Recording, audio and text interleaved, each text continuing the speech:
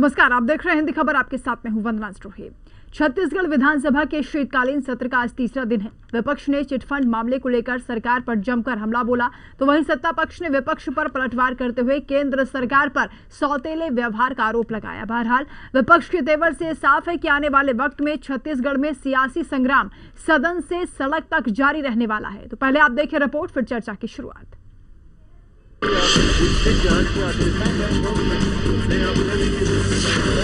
छत्तीसगढ़ विधानसभा का शीतकालीन सत्र जारी है। सत्ता पक्ष और विपक्ष के बीच सदन में जमकर टकराव देखने को मिला। मंगलवार को पीएम आवास योजना के आवास को लेकर जमकर हंगामा हुआ। विपक्ष ने सरकार पर गरीबों के साथ भेदभाव करने के आरोप लगाते हुए कहा, केंद्र जब गरीबों को आवास दे रही है तो राज्य सरकार राज्यांश न देकर योजना को प्रभावित कर रही है। दरअसल प्रधानमंत्री आवास योजना के मामले पर बीजेपी विधायक अजय चंद्राकर ने सरकार से सवाल पूछा। इसके जवाब में प्रदेश के पंचायत मंत्री टीएस सिंहदेव ने कहा कि वित्तीय वर्ष 2021 में आवास के लिए कोई राशि नहीं मिली क्योंकि पुराना लक्ष्य पूरा नहीं हुआ। पंचायत मंत्री ने सदन को बताया कि 2019-20 के आवासों के लिए राज्यांश की राशि देने के लिए केंद्र से वक्त मांगा, लेकिन केंद्र ने आवंटित आवास राशि वापस ले ली। मंत्री टीएस सिंहदेव ने सदन को बताया कि बार बार मुख्यमंत्री ने केंद्र से वक्त मांगा, जिसके बावजूद राज्य के हक के 20,000 करोड़ रुपए लंबित हैं। ऐसे में योजनाएं कैसे चलेंगी? इसके अलावा बीजेपी विधायक अजय चंद्राकर ने पूछा है कि सरकार प्रदेश में गरीबों की आवास के लिए कर्ज क्यों नहीं ले सकती, जिस पर संसदीय कार्य मंत्री रविंद्र चौबे ने कहा कि इसकी वजह भी केंद्र सरकार है। छत्तीसगढ़ के साथ केंद्र सरकार सौतेला व्यवहार कर रही है। इस पर पूर्व सीएम डॉक्टर रमन सिंह, पूर्व मंत्री बृजमोहन अग्रवाल, नेता प्रतिपक्ष धर्मलाल कौशिक ने सरकार से सवाल दागे। जो अधूरे आवास हैं 2,56,000, उनके लिए 751 करोड़ के लिए लोन के लिए वित्त विभाग को लिखा और उसकी अनुमति नहीं मिली। अनुमति नहीं मिलना राज्य सरकार का फेल्योर है। 18-19, 19-20, 20-21 के लिए मैचिंग ग्रांट ना देना राज्य सरकार का फेल्योर है। ये सरकार वही काम करती है जहां कमीशन मिलता है, गरीबों के मकान में कमीशन नहीं मिलता, इसलिए 18 लाख आवास नहीं बना पा रही है, नहीं बना रही है। जानबूझ के ये गरीबों के नाटक करती है और गरीबों के आवास की सारी योजना वापस चली गई कि 2022 तक योजना है। आने वाले जो साल 2022 के 7,82,000 मकान की कटौती होगी।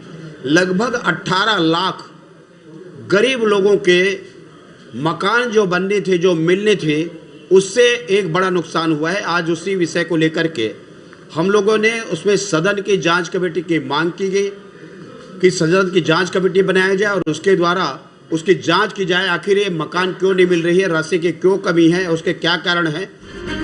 प्रधानमंत्री आवास योजना से जुड़े विपक्ष के सभी सवालों का जवाब देते हुए पंचायत मंत्री टीएस सिंहदेव ने सदन में कहा कि राज्य में 2,74,000 मकान अभी अधूरे हैं, लेकिन टूटने गिरने जैसी स्थिति नहीं है। ये सब कुछ केंद्र से राशि न मिलने की वजह से है।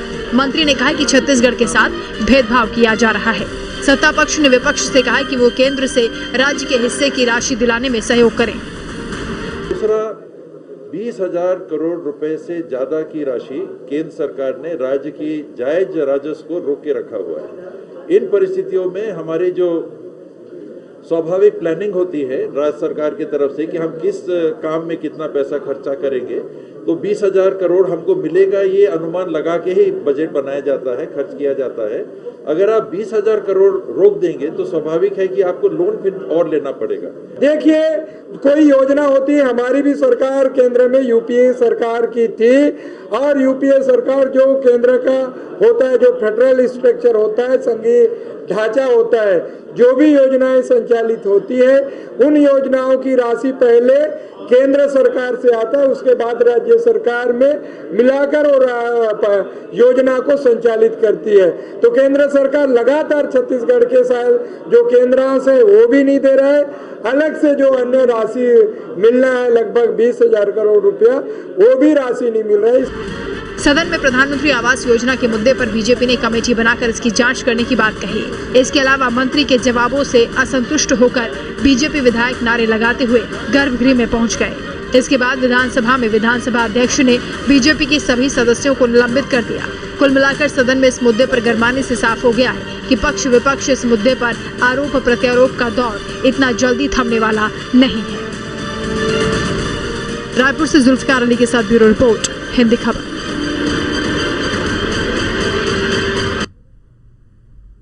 चलिए चर्चा की शुरुआत करेंगे। तमाम खास मेहमान हमारे साथ जुड़ चुके हैं, परिचय आपसे करा दें। नितिन भंसाली जी जुड़े हैं, प्रवक्ता हैं कांग्रेस के, स्वागत है आपका। उमेश घोरमेडे जी आगे हैं, नेता हैं भारतीय जनता पार्टी के, स्वागत है आपका भी। मधुकर द्विवेदी जी वरिष्ठ पत्रकार हमारे साथ जुड़ रहे हैं, आपका भी स्वागत है। शुरुआत में नितिन जी आप ही से करूंगी। शीतकालीन सत्र चल रहा है लेकिन इसमें भी हंगामा हो रहा है और वजह बताई जा रही प्रधानमंत्री आवास योजना को लेकर, क्यों टकराव है सर? हंगामा कौन कर रहा है? हंगामा हम तो नहीं कर रहे, हम तो बहुत ही शालीनता से शांतिपूर्वक हर प्रश्नों का जवाब देने के लिए हमारे 70 के 70 विधायक सदन में मौजूद हैं, मंत्री मौजूद हैं, आपको सुनना ही नहीं चाहते, सिर्फ हंगामा ही करना ही है।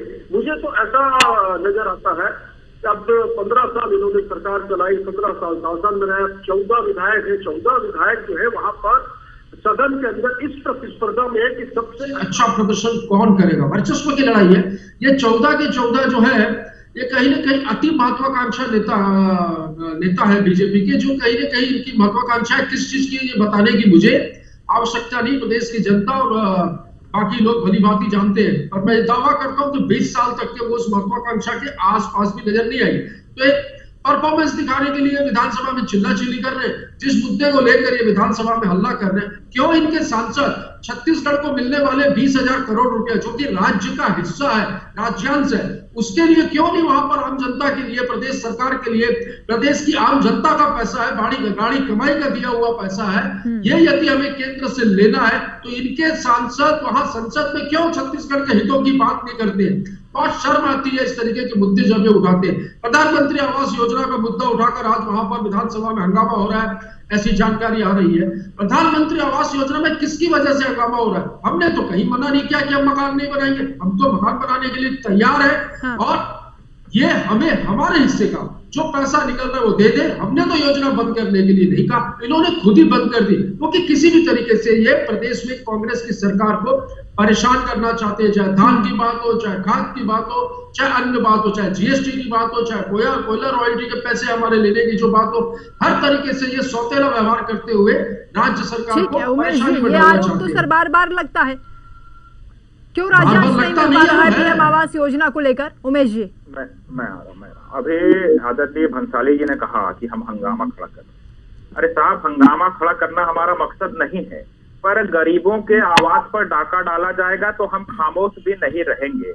और उसी का नतीजा है, उसी का परिणाम है कि जिस प्रकार से इस प्रदेश में भोले भाले गरीबों के आवास पर डाका डालने का काम प्रदेश में बैठी हुई कांग्रेस की सरकार कर रही है, और जब सदन में उनसे सवाल किया जाता है, सदन की कमेटी से उस विषय पर जांच की मांग की जाती है, तो हमारे विधायकों को सदन से बाहर का रास्ता दिखाया जाता है। तो मैं तो पूछना चाहता हूँ, जो गरीबों का सपना है, जिसको भूपेश बघेल जी के नेतृत्व में कांग्रेस पार्टी की सरकार चूर चूर करने का काम छत्तीसगढ़ प्रदेश के अंदर में कर रही है, उन गरीबों की आवाज को यदि हम बुलंद कर रहे हैं, उमेश जी, लेकिन जो राज्यांश मिलना चाहिए वो नहीं मिल रहा है केंद्र सरकार की ओर से, तो कैसे काम करेंगे सर? और सवाल ये भी, जब मुख्यमंत्री समय मांग रहे हैं प्रधानमंत्री से मिलने का, तो क्यों वक्त नहीं मिल पा रहा है? मैं आ रहा हूँ उसी पे आ रहा हूँ, वंदना जी मुझको समय देंगे। हाँ। देखिए, दरअसल में माजरा कुछ भी नहीं, दरअसल मामला यह है कि प्रधानमंत्री आवास योजना से दिक्कत मुख्यमंत्री भूपेश बघेल जी को है, और तमाम तरह के झूठ और तमाम तरह की बयानबाजी कांग्रेस के नेता, कांग्रेस के प्रवक्ता करते रहते हैं, लेकिन इन तमाम बयानबाजियों के बीच में, केंद्र के ऊपर तमाम आरोप लगाने के बीच में कभी न कभी एक दफे सच निकल जाता है, और वही सच मुख्यमंत्री भूपेश बघेल के जुबान से निकल गया था। वह सच क्या था?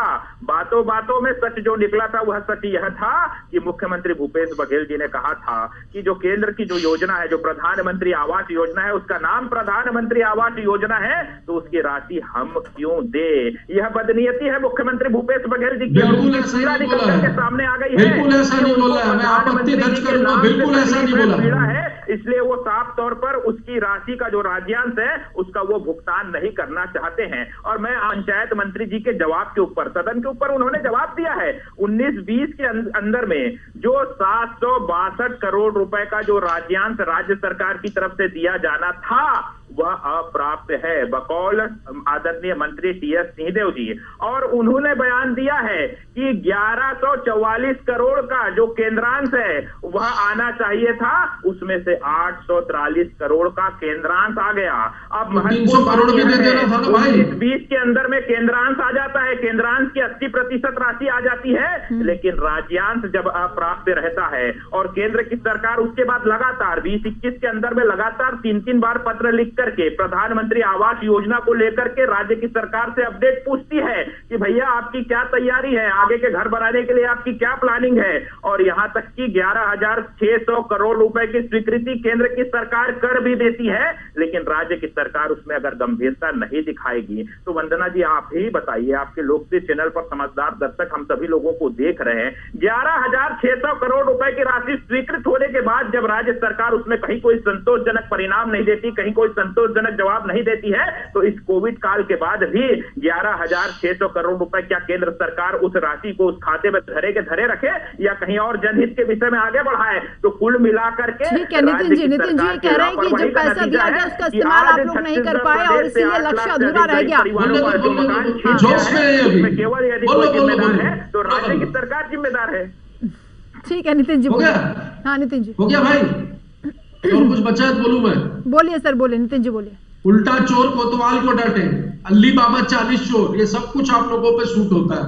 अब ये बोलते हैं कि राज्यांश का पैसा नहीं मिला, अरे भैया हमको 20,000 करोड़ रुपया लेना है, राज्यांश का पैसा नहीं मिला था, उसके लिए 1,800 करोड़ का लोन अप्लाई किया था, वो भी अटका दिया।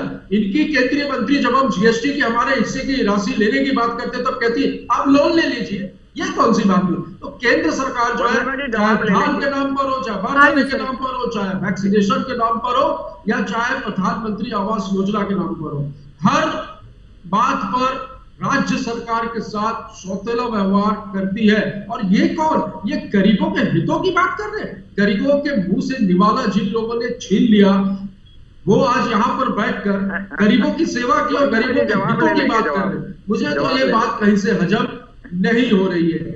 यदि बात ही करनी है तो छत्तीसगढ़ के हिस्से को पैसा दिलाने की बात इनके सांसद, जिन 9 सांसदों को छत्तीसगढ़ की जनता ने चुनकर संसद में भेजा है, उसकी आवाज, यहाँ की समस्याओं की आवाज को वहां उठाए तब बात बने। बाकी चिल्ला चिल्ली करते रहे। मैंने कहा 14 विधायकों में प्रतिस्पर्धा है कि कौन बनेगा अगला नेता प्रतिपक्ष, क्योंकि मुझे मालूम है, मुझे क्या प्रदेश की जनता को। ठीक है, इस प्रतिस्पर्धा पर भी जवाब दूंगी मैं, उससे पहले मधुकर जी हमारे साथ जुड़े हैं। मधुकर जी, हर बार की तरह तकरार वही कि केंद्र सरकार सौतेला व्यवहार कर रही है। देखिए वंदना जी, बड़ी विडंबना है कि छत्तीसगढ़ में जो प्रधानमंत्री आवास योजना के तहत आवास बनाए गए हैं, आज उस पर जो चर्चा हो रही है सिर्फ आरोप पर केंद्रित है। निस्संदेह सत्तारूढ़ पार्टी के लोग कहेंगे कि नहीं, भारतीय जनता पार्टी के समय में गड़बड़ी हुई थी, केंद्र सरकार सौतेला व्यवहार कर रही है। भारतीय जनता पार्टी के लोग कहेंगे नहीं, ऐसा कुछ नहीं। लेकिन इन सब का खामियाजा भुगतना पड़ता है छत्तीसगढ़ की जनता को। बिल्कुल। आखिर प्रधानमंत्री आवास बनाए किसके लिए जाते हैं? कोई टाटा जी या बिरला जी के लिए बनाए जाते हैं क्या? वो गांव के गरीबों के लिए बनाए जाते हैं। ठीक बात। उन लोगों के लिए बनाए जाते हैं जो आवासहीन है, जिन्हें हम आम बोलचाल की भाषा में गरीब कहते हैं, निर्धन करते हैं, कमजोर वर्ग के लोग कहते हैं।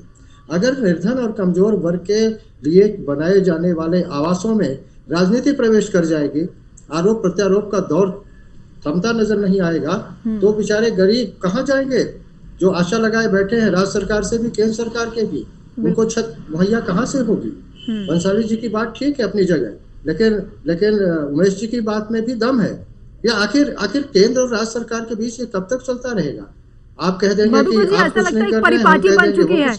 अगर केंद्र में किसी और पार्टी की सरकार है, राज्य में किसी और की है, तो ये कोऑर्डिनेशन बन ही नहीं पाता। वंदना जी यही तो विडंबना है। हाँ। अगर केंद्र में भारतीय जनता पार्टी की सरकार है और राज्य में भी वही सरकार होती तो ये कुछ नहीं होता, सब ठीक ठाक चलता रहता। लेकिन खैर, ये आंकड़ों की बात जो की जा रही है, ठीक है। सिंहदेव जी कह रहे थे 20,000 करोड़ रुपया अभी लेना है। अरे भाई ठीक बात है, पैसा नहीं मिलेगा तो आवास कहाँ से पूरे होंगे? लेकिन उन आवासों की क्या दशा है जरा देखिए। छत्तीसगढ़ के गांव में जाकर के घूमकर देखिए कि बहुत सारे आवास अपूर्ण हैं, अधूरे हैं।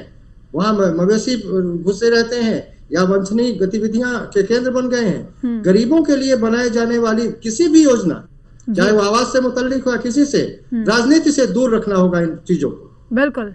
उमेश जी आप बोलिए सर। आप देखिए वंदना जी, मैंने तो तथ्यात्मक और आंकड़ों के साथ यहाँ पर बात अपनी रखी थी। जो टी.एस. सिंहदेव साहब ने सदन के अंदर में तमाम तरह के विषय रखे हैं और राज्यांश को लेकर के और केंद्रांश को लेकर के स्थिति स्पष्ट है कि केंद्र सरकार ने किस प्रकार से अपने केंद्र का हिस्सा दिया, लेकिन राज्य की सरकार ने कहीं ना कहीं अपने राज्यांश को देने में कोताही बरती।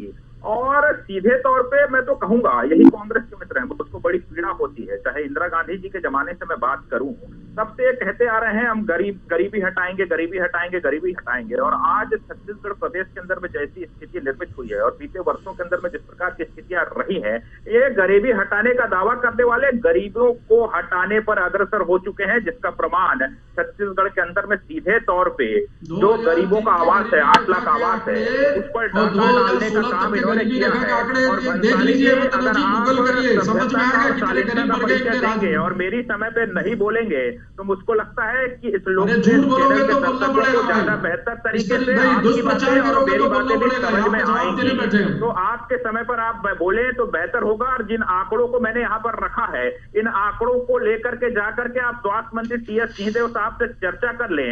और टी.एस. सिंहदेव साहब ने ये भी तो कहा कि 20,000 करोड़ रुपया जो हमारा है वो दे दे, सारी समस्या का समाधान हो जाएगा। उसके बारे में क्यों नहीं बोलते हो? वंदना जी, ऐसे नहीं होगा। देखिए, ये आकर के यहाँ पर एक तो झूठ बोलेंगे, तथ्यात्मक आंकड़ों को झूठ बोलने की फैक्ट्री आप लोग हैं। और जब हम यहाँ पर जवाब रख रहे हैं तब ये बीच में इंटरप्ट करेंगे, तो ये इस प्रकार से डिबेट नहीं होती है। भंसाली जी, आप जो 20,000 करोड़ का आरोप लगा रहे हैं, मैं तो सीधा पूछता हूँ, छत्तीसगढ़ सरकार जो हर साल 30,000 करोड़ से अधिक का शराब बेच देती है, उसके पास गरीबों के लिए पैसा नहीं। आप लोग गंगा जल बेचते थे क्या? अरे सुन लो ना भैया, मैं जवाब दे रहा हूँ ना आपको। नहीं, आप लोग क्या लेमन जूस बेचते थे, क्या बेचते थे? ये बार-बार शराब पर आ रहे हैं, शराब पे डिबेट कर दीजिए। मुख्यमंत्री शराब पे जवाब देता हूं मैं। क्या हो रहा है? नहीं, मुद्दे पर रहिए ना उमेश जी, मुद्दे पर रहिए।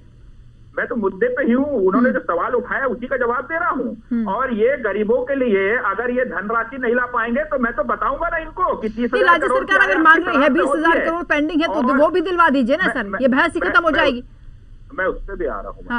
इनके ही मुख्यमंत्री जी हैं, भूपेश बघेल जी हैं, ये पत्र की बात करते हैं। बंसाली जी ने भी देखा है, तमाम लोगों ने देखा है, आपने भी देखा है, पब्लिक डोमेन के ऊपर वह पत्र है। वो पत्र लिखते हैं केंद्र सरकार को, 13,000 करोड़ की बात करते हैं, टी.एस. सिंहदेव साहब 20,000 करोड़ की बात करते हैं, कांग्रेस के नेता कहीं 35,000 करोड़ की बात करते हैं। तो इसमें सच क्या है? कांग्रेस के नेता आपस में डिसाइड कर ले। और ये जो दोष नहीं है कि ये कभी 40,000 करोड़ और 50,000 करोड़ का आरोप भी केंद्र के ऊपर लगा देंगे। और अभी मोहन मरकाम जी फेडरल सिस्टम की बात कर रहे थे और मधुकर द्विवेदी जी ने भी बहुत अच्छी बात को यहाँ पर रखा। उस बात को मैं आगे बढ़ाना चाहूंगा। निश्चित तौर पर फेडरल सिस्टम है और उस फेडरल सिस्टम के तहत केवल छत्तीसगढ़ राज्य नहीं, देश भर के तमाम राज्यों में केंद्र की योजनाएं संचालित होती है। कहीं 50-60 का रेशो, 40-60 का रेशो होता है, कहीं 90-10 का रेशो होता है। लेकिन छत्तीसगढ़ में यह दिक्कत क्यों आती है? उड़ीसा के अंदर में क्यों दिक्कत निकल करके? ठीक है नितिन जी, आप जवाब दीजिए। ठीक है सर, उमेश जी आपके सवालों की लंबी फहरिस्त है, जवाब सुन लीजिए सर। नहीं आती है आज छत्तीसगढ़ के अंदर ही क्यों दिक्कत निकल? ठीक है उमेश जी, अब जवाब देंगे नितिन बंसाली जी। नितिन जी क्या रुकावट है सर, बताइए। कंप्लीट हो जाए ठीक है उमेश जी, समझाइए ना सर। वंदना जी 5 सेकंड में मेरी बात कंप्लीट हो जाएगी, तब जवाब सही निकल करके आएगा। इसलिए आपसे निवेदन है 5 सेकंड मुझको देंगे। दरअसल मेरा आरोप यह है कि मुख्यमंत्री भूपेश बघेल जी और कांग्रेस भूल चुकी है कि वो छत्तीसगढ़ में सरकार में है, बल्कि सोनिया गांधी जी के इशारे में वो यहाँ पर विपक्ष की भूमिका निभाने का काम कर रहे हैं। इसलिए हर बात पर केंद्र की योजना को लटकाना, हर बात पर केंद्र के ऊपर आरोप लगाना, तो मेरा तो हाथ जोड़ के निवेदन है मुख्यमंत्री भूपेश बघेल जी से कि आप राजधर्म का पालन करिए, राजधर्म निभाइए। छत्तीसगढ़ की जनता ने आपको बड़ा जनादेश दिया है, जनता के हित में काम करिए। सोनिया गांधी के इशारे पे विपक्ष की भूमिका निभा करके छत्तीसगढ़ की जनता का नुकसान मत करिए। अब रुकिए सर, नितिन जी आप बोले। छत्तीसगढ़ में ये कहे ना कि क्यों छत्तीसगढ़ को पीड़ा हो रही है, पीड़ा होगी भाई। छत्तीसगढ़ की 2.5 करोड़ पौने 3 करोड़ जनता के हितों की रक्षा करना सरकार को चुना है, आशीर्वाद दिया है। प्रदेश की जनता के सपनों पे हमें खरा उतरना है, हमारे वादों पे हमें काम करना है। छत्तीसगढ़ पूरे देश में बता दूं वंदना जी, भारतीय जनता पार्टी इतनी बुरी तरीके से जितनी छत्तीसगढ़ में पीटी है उतनी कहीं नहीं पीटी है। यहाँ के नेता तो इसमें आपके अवसाद में चले ही गए हैं, फ्रस्ट्रेशन में है। केंद्र के नेता भी ये नहीं सोच पा रहे हैं कि हुआ क्या कि छत्तीसगढ़ में इस तरीके से बीजेपी का मोदी जी, मैं तो खुला नाम लूंगा, वो ये देखना चाहते हैं या ये करना चाहते हैं छत्तीसगढ़ में, छत्तीसगढ़ सरकार को परेशान करना चाहते हैं, उनके हिस्से के पैसों को रोकना चाहते हैं, भेदभाव करना चाहते हैं, सौतेला व्यवहार करना चाहते हैं और विकास रुकेगा नहीं। ये बार बार कह रहे थे, तो मैं भी हिसाब बता दूं भाई कि कितना पैसा चाहिए था और कितना पैसा दिया। 1144.21 करोड़ रुपए केंद्रांश की जरूरत थी, जिसमें केंद्र ने 843.8 करोड़ रुपए दिया। 300 करोड़ रुपए क्यों रोका भाई? हमने जो लोन मांगी वो क्यों रोका? इस साल का बजट क्यों लैप्स किया? योजना को क्यों बंद किया? इसका जवाब दो। ठीक है उमेश जी बताइए। वंदना जी सवाल रिपीट करेंगे। ये कह रहे हैं जो केंद्र का पैसा देना बनता है वो तो दिया नहीं जा रहा है, ऊपर से सवाल पूछे जा रहे हैं, राज्य सरकार कहां तक काम करेगी? अरे मैंने तो पहले ही बताया ना, फेडरल सिस्टम और तमाम तरह की चीजें, और मेरे सवाल का जवाब उन्होंने नहीं दिया। मुख्यमंत्री जी 13,000 करोड़ की बात करते हैं, टीएस सीधे 30,000 करोड़ की बात करते हैं, भंसाली जी कुछ अलग आंकड़ा देते हैं। और सीधी बात, प्रधानमंत्री आवास योजना का 762 करोड़ का राज्यांश 19-20 का क्यों नहीं दिया, इसका जवाब ये देंगे नहीं। फिर ये केंद्र के ऊपर आरोप लगाएंगे। मैंने पहले जो बातें कही थी कि ये विपक्ष की भूमिका निभा रहे हैं छत्तीसगढ़ में बैठ कर, उसको आज भंसाली जी ने यहाँ पर प्रमाणित कर दिया है। और सीधे तौर पे इन्होंने, इनके मुख्यमंत्री जी ने और इनके पूरे मंत्रिमंडल ने ये मान लिया है कि ये गरीबों का अहित करेंगे, गरीबों के आवास पर डाका डालेंगे। छत्तीसगढ़ की जनता ने जो ठीक है। अच्छा मधुकर जी 20,000 करोड़ की जो मांग की जा रही है, इसको लेकर सवाल उठ रहा है कि केंद्र सरकार पैसा नहीं दे रही है, बीजेपी कह रही है कि आप राज्यांश का इस्तेमाल नहीं कर रहे हैं। मसला देखिए दोनों की, देखिए वंदना जी, दोनों बातें अपनी जगह सही हो सकती हैं। हाँ। मुद्दा ये है कि ये खतो किताबत भी चलती रहेगी। मुद्दा ये नहीं है कि इस पर जो है राजनीति की जाए। मुद्दा ये होना चाहिए कि दोनों सरकारें, केंद्र की भी और राज्य की, दोनों मिलकर के अगर इस विषय को पर कोई विस्तृत चर्चा करें, मुख्यमंत्री जी प्रधानमंत्री जी के से मिलकर के कोई बात करते हैं, यहाँ के मंत्रिमंडल के सदस्य केंद्र के मंत्रियों से मिले, तो ऐसा नहीं कि समस्या का हल नहीं होगा। लेकिन दुर्भाग्यजनक पहलू तो यह है कि इसमें राजनीति आ जाती है, जबकि केंद्र सरकार भी, राज्य सरकार भी और देश की सभी राज्य सरकारें गरीबों के हितों की बात करती हैं। कांग्रेस पार्टी ने भी छत्तीसगढ़ में अपने घोषणा पत्र में गरीबों को मकान उपलब्ध कराने की बात कही है। कमोबेश ऐसी बात भारतीय जनता पार्टी ने भी कही है। तो फिर गरीबों के आवास को लेकर के राजनीति क्यों खड़ी हो जाती है? क्योंकि कहाँ हम हित कर पाएंगे? अगर हम राजनीति के चक्रव्यूह में उलझ जाएंगे तो गरीब तो बेचारा असहाय रहेगा। उसके आंखों में आंसू पोंछने के लिए जो घोषणा पत्र में दोनों पार्टियों ने वायदा किए हैं, अगर वो वायदा पूरे नहीं हुए तो उसके आंसू तो कभी नहीं थमेंगे। इसलिए जरूरत है कि इस मुद्दे पर राजनीति कम की जाए और इस समस्या को सुलझाने के प्रयास किए जाएं। राज्य सरकार भी केंद्र सरकार के पास जाए, केंद्र सरकार को भी लचीला रुख अपनाना पड़ेगा। क्योंकि अगर राज्यांश नहीं मिला तो इसका मतलब ये थोड़ी हुआ कि आप किसी योजना को रोक देंगे, पैसा नहीं देंगे। तो क्योंकि आखिर आपने भी तो वादा किया है, आपकी केंद्र प्रवर्तित योजना है। ये जो प्रधानमंत्री आवास योजना है ये केंद्र द्वारा अंतर्निहित है, राज्य सरकार थोड़ा इसमें अंश देती है। मुझे लगता है कि इस मुद्दे को गंभीरता के साथ दोनों सरकारों को बैठ करके तय करना होगा। बिल्कुल, कोऑर्डिनेशन नहीं होगा तो ये सिलसिला आरोप प्रत्यारोप पर ही सिमट कर रह जाएगा। बहुत शुक्रिया आप सभी मेहमानों का हमारे साथ जुड़ने के लिए, चर्चा में शामिल होने के लिए। कुल मिलाकर गरीबों की इस योजना पर राजनीति बिल्कुल नहीं होनी चाहिए और गरीबों को उनके आवास का लाभ मिलना चाहिए, क्योंकि वो उम्मीद लगाए बैठे हैं। चर्चा में इतना ही, नमस्कार।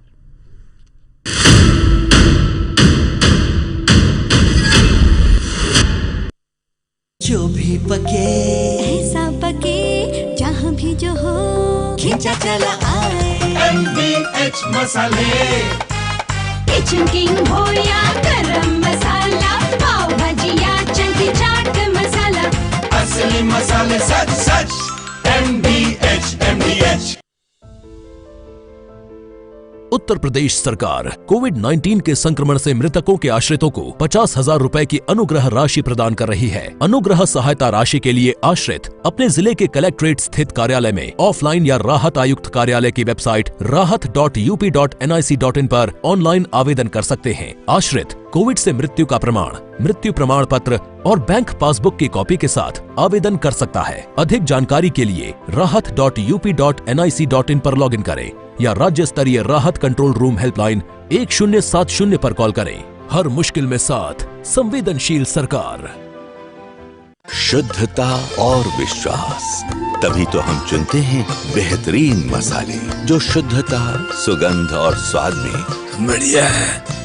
प्राकृतिक हल्दी, मिर्ची, धनिया। नहीं, मिर्ची, धनिया, हल्दी, MDH। असली मसाले सच MDH। उत्तराखंड राज्य ग्रामीण आजीविका मिशन बन रहा है ग्रामीण महिलाओं के जीवन का आधार। प्रदेश में आजीविका मिशन के तहत स्वयं सहायता समूहों की महिलाएं आज आर्थिक रूप से सशक्त हो रही हैं और साथ ही परिवार के लिए कंधे से कंधा मिलाते हुए नए आजीविका के अवसर प्राप्त कर रही हैं। उत्तराखंड सरकार ने कोरोना के इस मुश्किल समय में प्रतिबद्धता दिखाते हुए इन स्वयं सहायता समूहों को आर्थिक मदद प्रदान की है। सरकार ने राज्य ग्रामीण आजीविका मिशन से जुड़े स्वयं सहायता समूहों को कोविड-19 के तहत मदद के लिए लगभग 8,435 लाख स्वीकृत किए हैं, जिसमें 5,575 लाख की राशि अवमुक्त की जा चुकी है। प्रदेश में स्थित 30,365 स्वयं सहायता समूहों को बैंक ऋण ब्याज प्रतिपूर्ति हेतु लगभग 2,480 लाख की सहायता दी जा चुकी है और 159 क्लस्टर स्तरीय संगठनों को कोरोना काल की मुश्किलों से बचाते हुए 795 लाख की अनुदान सहायता भी दी जा चुकी है।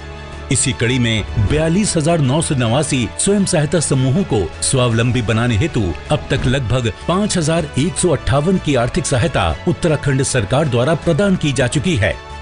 आज उत्तराखंड की हर महिला अबला से सबला होकर अपने और अपने परिवार का ख्याल रख रही है।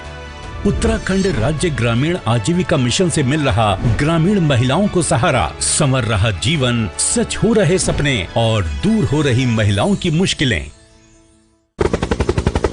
क्या कमाल है। निरंतर शोध, अति उत्तम क्वालिटी, बहुत बढ़िया, और इसका स्वाद आपके व्यंजनों को और भी अधिक स्वादिष्ट बनाए। देगी मिर्च का तड़का, अंग अंग फड़का, MDH की देगी मिर्च।